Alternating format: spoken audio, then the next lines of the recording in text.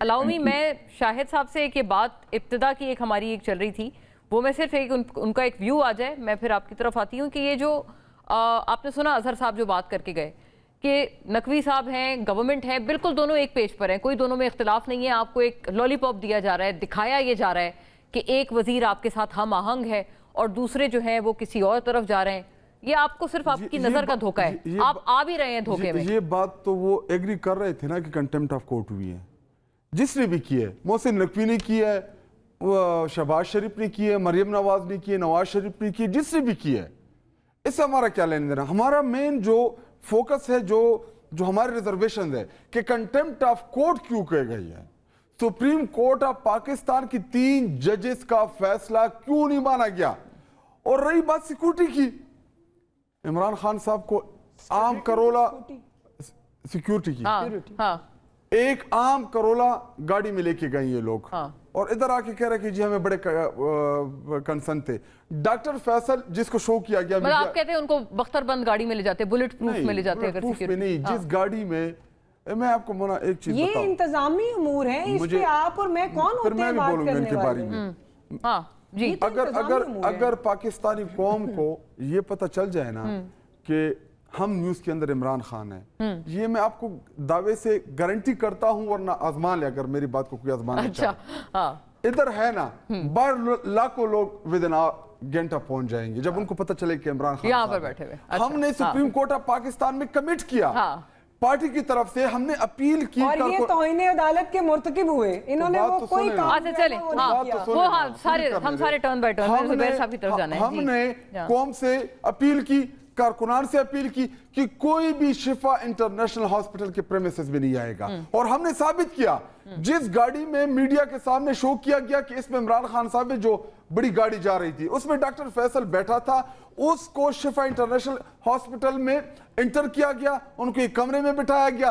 تو اگر ڈاکٹر فیصل جس گاڑی میں بیٹھا تھا، اگر وہ عمران خان صاحب اس گاڑی میں تھا، سیم اسی طرح وہ پہنچ جاتے. لیکن مونا دیکھیں، یہ سپریم کورٹ آف پاکستان کی بہت بڑی ذمہ داری ہے، یہ رخ تعین کرے گا اس ملک کا. دیکھیں ہمیں اعتراض ہے 26 آئینی ترمیم کے اوپر، ان ججز کے اوپر بھی ہے. وہ تو ایک علیحدہ بحث ہوئی، آگے کی بات ہوئی، زبیر صاحب سے سارے گناہ دھل جائیں گے. نہیں، لیکن یہ جو انہوں نے کنٹیمپٹ آف کورٹ کیا ہے حکومت نے، اس کے اوپر اگر یہ سزا نہ دے تو ایک بنانا ریپبلک بن جائیں گے یہ پاکستان. جی گو ہیڈ زبیر صاحب بتائیں، کنٹیمپٹ کس نے کی؟ کیونکہ ان کی بھی جو پریس کانفرنس تھی اس کو بھی ان کے اپنے لوگ کہہ رہے تھے کہ وہ نہیں کرنی چاہیے تھی، سپریم کورٹ نے انہیں بھی کہا تھا کہ آپ نے بات نہیں کرنی.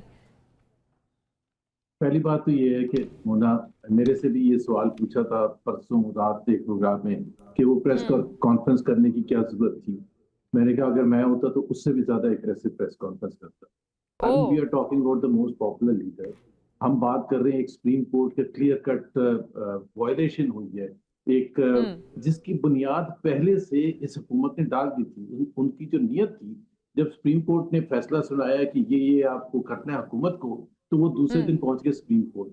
وہ چاہتے ہی نہیں تھے کہ جی عمران خان کا علاج ہو، وہ چاہتے ہی نہیں تھے کہ عمران خان اپنے جو پرسنل ان کے ڈاکٹر ہیں ڈاکٹر فیصل، ان سے ملاقات کر سکیں اور ایگزامن کروا سکیں. وہ چاہتے ہی نہیں تھے کہ پرائیویٹ ایک اچھے ہاسپٹل میں ان کا علاج ہو. دیٹ از وائی وہ سپریم کورٹ گئے تھے، سپریم کورٹ نے ان کو ریجیکٹ کر دیا. پھر ان کو عمل درآمد کرنا تھا. عمل درآمد کرنے کا آپ حکومت کا سٹینڈرڈ دیکھیں کہ ڈاکٹر فیصل کو 8:30 بجے اڈیالہ جیل کے باہر پولیس والے لے کے وہاں شفا ہاسپٹل لے گئے کہ جی عمران خان یہاں لے کے آئیں گے تو آپ یہاں بیٹھیں.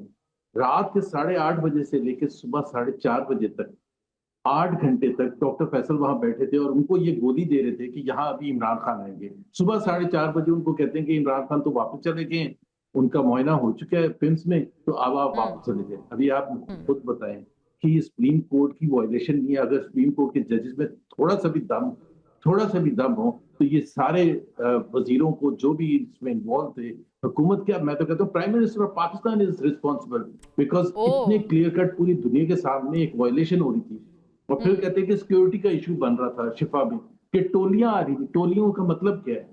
کوئی امیجز دکھائے ہیں، کوئی ویڈیو امیجز دکھائے ہیں کسی حکومتی نمائندے نے کہ جی یہاں ہزاروں لوگ اکٹھے ہو گئے تھے اور مشکل ہو گیا تھا. ایک ایسی حکومت جو کہ ڈیفینس ایگریمنٹ سائن کر رہی ہے کہ پورے خطے پورے مڈل ایسٹ میں ہم اگر کوئی جنگ ہوتی ہے تو ہم دفاع کریں گے. وہ ایک نہتے آدمی کو